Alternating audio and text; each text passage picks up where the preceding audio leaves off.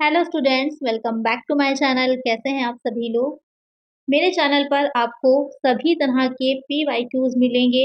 अगर आप चाहे यूपी टेट की प्रिपरेशन कर रहे हो या फिर अगर आप सी टेट की तैयारी कर रहे हैं या इसके अलावा अगर आपका केवीएस है या फिर ईएमआरएस है, किसी भी तरह का आपका अगर टीचिंग से रिलेटेड एग्जाम है तो पेडागोजी के आपको या टीचिंग एप्टीट्यूड के कहें तो सारे ही प्रीवियस ईयर के क्वेश्चन पेपर आपको मेरे चैनल पर मिल जाएंगे। साथ में ही बहुत अच्छे से मैं एक्सप्लेन भी करूंगी आपको, जिससे कि आपको ये पता चले कि किस तरह के पहले एग्जाम में क्वेश्चंस आए हैं। क्योंकि अगर आप नए एस्पिरेंट हैं, अगर नए आप पहली बार दे रहे हैं पेपर, तो आपके लिए ये जानना बहुत ज़रूरी है कि पीवाईक्यू बहुत ही इंपॉर्टेंट होते हैं, बहुत ही इंपॉर्टेंट रोल प्ले करते हैं एग्जाम की प्रिपरेशन में। क्योंकि आपको इससे ये आइडिया लगता है कि किस तरह के क्वेश्चंस पूछे जाएंगे, साथ ही साथ क्वेश्चन की लैंग्वेज क्या होती है।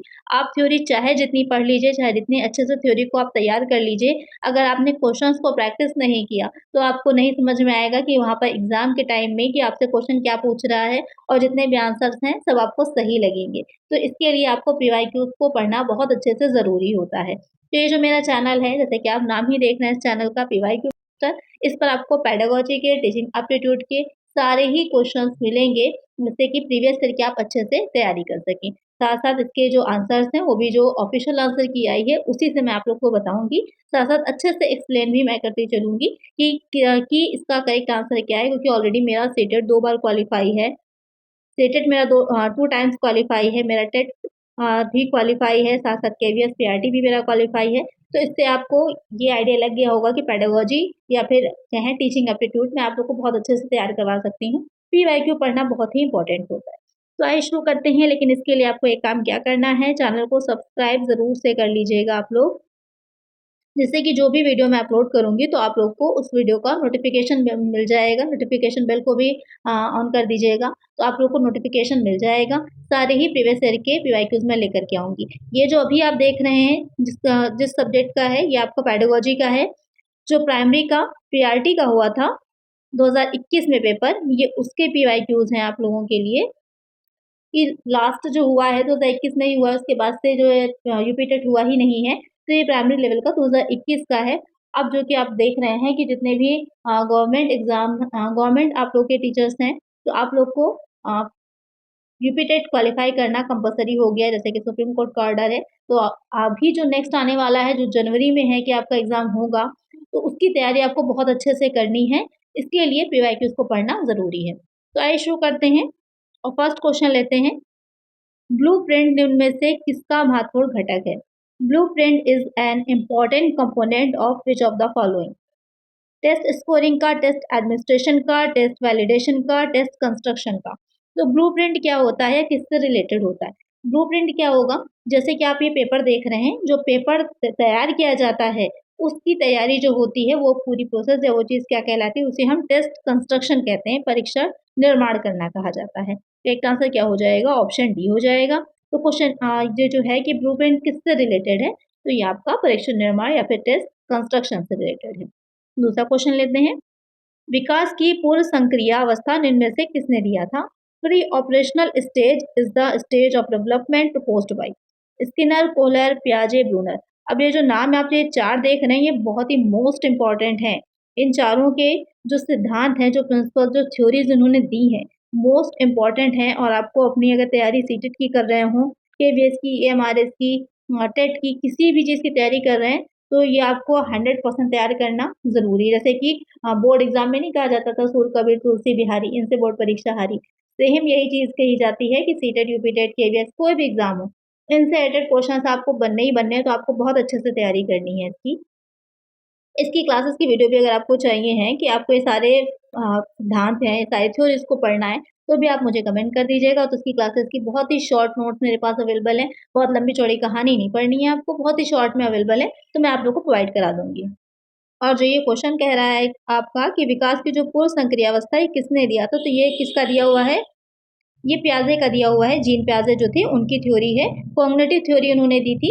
जो संज्ञानात्मक मनोविज्ञान का सिद्धांत है वो इन्होंने जीन प्याजे ने दिया था। इन्होंने इसमें 4 स्टेजेस बताई हुई हैं, 4 स्टेजेस इन्होंने बताई हुई हैं अलग अलग।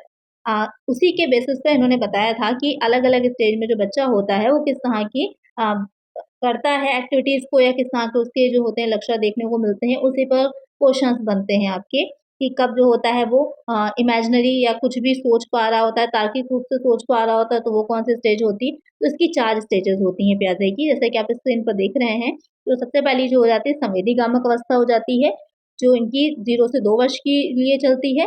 दूसरी हो जाती है पूर्ण संक्रियात्मक, जो कि 2 से 7 वर्ष हो जाएगी। उसके बाद आ जाती है जो इनकी मूर्त संक्रियात्मक है, जो कि 7 से 11 हो जाएगी। उसके बाद आ जाती है जो औपचारिक अवस्था होती है, वो वाली क्या हो जाएगी आपकी 11 से उसके बाद आगे की स्टेजेस के लिए होती है। तो ये 4 अवस्थाएँ होती हैं। करेक्ट आंसर है ऑप्शन सी। चलिए नेक्स्ट देखते हैं क्वेश्चन। एमपीपीआई परीक्षण का उपयोग इनमें से किसके मापन में किया जाता है?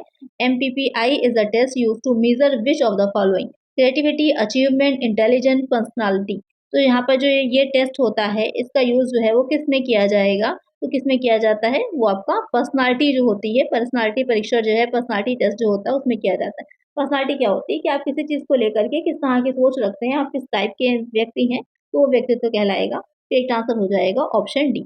क्रिएटिविटी क्या होती है, इससे बहुत क्वेश्चन आते हैं कि एक होता है कि आप किसी चीज़ के एक ऑप्शन आपके पास है, आप उसी चीज़ पर चलने लगेंगे। यानी कि कुछ अलग से आप नहीं सोच रहे, आपको बता दिया गया है कि ये इस काम को इस तरीके से किया जाता है, तो आप बस उसी तरीके से ही कर रहे हैं। लेकिन अगर इसी की जगह पर आपको ये सोच कुछ ऐसे बच्चे होंगे कि जो काम जैसे किया जाता है, उसके बजाय वो सोचते हैं और कितने तरीकों से उसको किया जा सकता है। अलग-अलग शॉर्टकट सोचते हैं, कुछ नई-नई ट्रिक्स सोचते हैं, कुछ नया सोचेंगे। तो जब आप कुछ नया आइडिया लेकर आते हैं, कुछ नए तरीके से सोचते हैं, तो उसे क्रिएटिविटी कहा जाता है, उसे सृजनात्मकता कहा जाता है। तो इससे रिलेटेड बहुत से क्वेश्चन बनते हैं। ये पॉइंट बहुत ही मोस्ट इम्पोर्टेंट है, इसको भी अच्छे से पढ़िएगा। करेक्ट आंसर यहाँ पर ऑप्शन डी है। नेक्स्ट है अधिगम हेतु निम्न में से क्या सर्वाधिक आवश्यक है? विच of the following is most essential for learning? Guidance, maturation, interest, motivation. यहाँ पर अधिगम के लिए अधिगम क्या होता है? अधिगम होता है कि जब आप किसी को चीज़ को सीख रहे होते हैं, किसी ज्ञान को प्राप्त कर रहे होते हैं, कुछ सीख रहे होते हैं, तो उस सीखने से जो आपके व्यवहार में, आपके बिहेवियर में जो चेंज आता है, उसे कहा जाता है अधिगम, उसे कहा जाता है लर्निंग। जैसे कि आप लोग को अगर किसी स्कूल में आपने पढ़ाया होगा, तो आप देखते हैं आपके पढ़ाने से तो बच्चा जो है उसने उस चीज़ को सीखा और वो उसको यूज़ करने लगा है, उसके बिहेवियर में वो चीज़ आ गई है, तो उसे हम अधिगम कहते हैं, उसे हम लर्निंग कहते हैं। तो यहाँ पर अब लर्निंग के लिए क्या सबसे इम्पोर्टेंट होता है, तो वो हो जाती है मैच्योरिटी, परिपक्वता जो होती है, वो बहुत इम्पोर्टेंट होती है। एक आंसर होगा ऑप्शन। शैशव काल का समय क्या होता है? The period of infancy hood is up to 15 years, from birth to 6 year, from birth to 2 years, from 12 years to 18 years. बहुत अच्छा क्वेश्चन है। तो यहाँ पर आपके बेसिकली 3 पार्ट में डिवाइड होता है। एक शैशव काल हो जाता है, बाल्यावस्था हो जाती है और उसके बाद जो आ जाती है फिर आ जाती है आपकी थर्ड वाली किशोरावस्था। अब इसको भी कई तरह से डिवाइड किया जाता है। कुछ लोग जो है जो बाल्यावस्था होती है तो पूर्व बाल्यावस्था होता है, बाल्यावस्था में करते हैं, किशोरावस्था के साथ भी ये चीज़ हो जाती है। तो इसको कई और पार्ट में भी डिवाइड किया जाता है।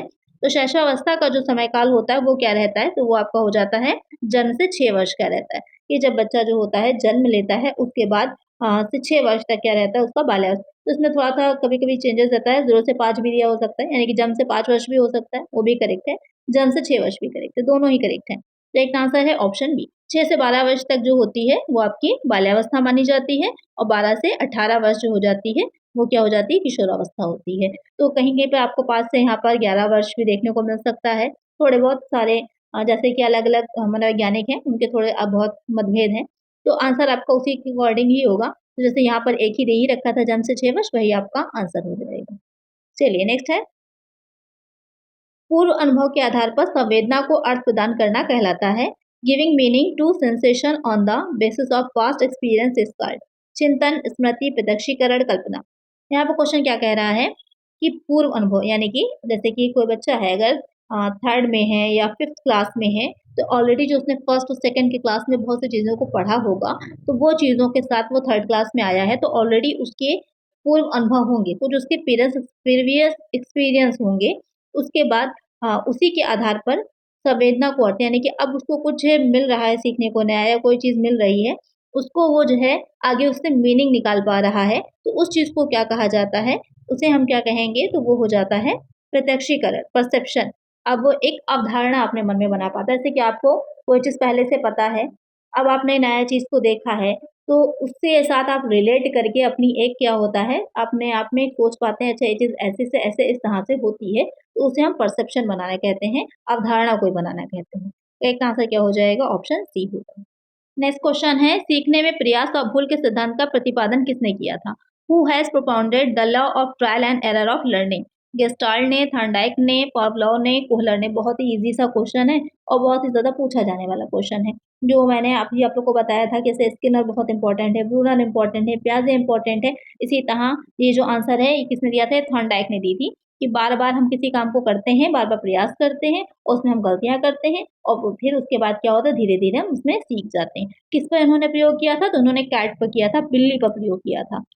तो थॉर्नडाइक जो हैं और इन्होंने साथ में 2 तरह के नियम भी दिए थे प्रमुख और गौड़ नियम दिए थे अपने। उसके अकॉर्डिंग ही उन्होंने कहा था कि हम धीरे-धीरे क्या होता है सीखने के लिए तैयार होते हैं, सीखते हैं, गलतियाँ करते हैं और उसके बाद उन्हीं गलतियों से सीख करके हम फाइनली उस तक पहुँच जाते हैं। जैसे कि जो कैट थी, कैट क्या करती थी एक पिंजरे में बंद कर दिया था तो उसमें क्या था कि एक ऐसा ऑप्शन था कि कहीं पर एक बटन सा लगा था, बिल्ली वहाँ पर बार-बार कोशिश करती थी, बार-बार कोशिश करती थी। एक एक बार में क्या हुआ कि उस बटन पर क्या हुआ, हाथ उसका प्रेस हो गया तो क्या हुआ उसका जो पिंजरा था उसका ढक्कन खुल गया और बाहर उसको मछली रखी थी जो कि मछली उसने खा ली। अब वो कई बार के जब प्रयास किए तो उसके बाद में क्या हुआ बहुत ही कम प्रयासों से प्रयासों की संख्या जो थी वो कम होती चली गई। अब बिल्ली बहुत ही आसानी से उसको खोल कर के बाहर आ जाती थी और मछली को खा लेती थी। तो क्या हुआ बार-बार प्रयास करने के बाद हम सीख गए उस चीज़ को। तो यहाँ पर करेक्ट आंसर ऑप्शन बी है, किसका था? थॉर्नडाइक का है ये। नेक्स्ट हो जाता है औसत बुद्धि वाले बालकों का बुद्धि लब्धि स्तर होगा। IQ level of average intelligence children will be between. तो यहाँ पर जो बुद्धि लब्धि होती है, आईक्यू होता है कि किसी चीज़ को किस तरह से बच्चा सीख पाता है। तो उसमें कई तरह से दे रखे गए हैं। इसमें आपके जो ये स्तर दे रखे हैं, इसमें कह रहा है जो औसत बुद्धि एवरेज के होते हैं, उसका स्तर क्या होता है? तो उसका स्तर जो होता है वो 90 से 109 के बीच में होता है। ज जो औसत वाले होते हैं, जनरल वाले होते हैं, सामान्य वाले होते हैं। करेक्ट आंसर यहाँ पे क्या है? ऑप्शन बी हो जाएगा। चलिए नेक्स्ट क्वेश्चन है निम्न में से कौन तरल क्रिस्टलीय बुद्धि के प्रतिमान के प्रतिपादक थे? Who among the following has proposed fluid mosaic model of intelligence? Skinner, Werner, Thorndike, cattle. तो यहाँ पर जो क्वेश्चन कह रहा है इसमें से कौन से जो है फ्लूइड मोज़ेक मॉडल जो इंटेलिजेंस का है उसके प्रतिपादक थे। तो यहाँ पर उसके प्रतिपादक कौन है? वैसे तो आप लोग को पता ही होगा अपना सिलेबस अच्छे से, लेकिन अगर आप लोग को बहुत अच्छे से डिटेल में सिलेबस अपना नहीं पता है तो कमेंट ज़रूर से कर दीजिएगा, तो इसका सिलेबस मैं आप लोग को प्रोवाइड करा दूँगी कि क्या-क्या चीज़ें आपको पढ़नी है। बहुत से बच्चे तो यही कन्फ्यूज़ होते हैं कि उन्हें पढ़ना क्या-क्या है। उनके बहुत से यूट्यूब चैनल देखेंगे, वहाँ पर बहुत सी दुनिया भर की चीज़ें पढ़ा दी गई हैं, सब आपको नहीं पढ़ना होता। आपने आपका सिलेबस क्या है, किस चीज़ से रिलेटेड पहले वो देखिए, समझिए, उसी के अकॉर्डिंग अपनी तैयारी करिए। सारी चीज़ें पढ़ने के लिए नहीं होती, सिलेबस तो बहुत बड़ा होता है, सब पूछा नहीं जाता, पूछा कुछ लिमिटेड ही जाता है, उसको ही पढ़िए। तो यहाँ पर जो कह रहा है कि इस प्रतिमान के प्रतिपादक कौन थे, तो वो कौन हो जाएँगे? वो कैटल थे। एक आंसर क्या होगा? ऑप्शन डी होगा। और एक चीज़ अच्छी होती है कि जो यूपी टेट का एग्ज़ाम होता है आपका, इसमें डायरेक्ट क्वेश्चन होते हैं। इसमें आपको सोचना नहीं होता है, कॉन्सेप्चुअल नहीं होते हैं, डायरेक्ट कंटेंट बेस्ड होते हैं। जैसे कि यहाँ पर सीधे-सीधे पूछ ही लिया कि क्या है। अभी अगर ये सीटेट का होता, अगर सीटेट का होता तो इससे रिलेटेड एक एग्ज़ाम्पल दे रखा होता आपको और उसके बाद कहते कि ये किसका सिद्धांत या ये कौन-सा प्रतिमान है, तो आपको वहाँ तक पहुँचना होता। तो ये चीज़ डिफ़रेंस होती है, सीटेट जो आता है वो कॉन्सेप्चुअल होता है और यूपी टेट जो होता है वो कंटेंट बेस्ड होता है। तो यूपी टेट जो है वो सीटेट से एक तरह से कहें ईज़ी होता है। चलिए नेक्स्ट है क्रिया प्रसूत अधिगम सिद्धांत का प्रतिपादन किसने किया था? Operant conditioning theory is propounded by Skinner, एगार्टी ने, थॉर्नडाइक ने, हेल ने। तो किसने किया था? बहुत ही ईज़ी सा है क्रिया प्रसूत सिद्धांत जो था वो स्किनर ने किया था। इन्होंने 2 अपने जो थे 2 प्रयोग किए थे स्किनर ने और ये पुनर्बलन के सिद्धांत पे आधारित है, रीइंफोर्समेंट पे आधारित है, इसको भी ध्यान में रखिएगा।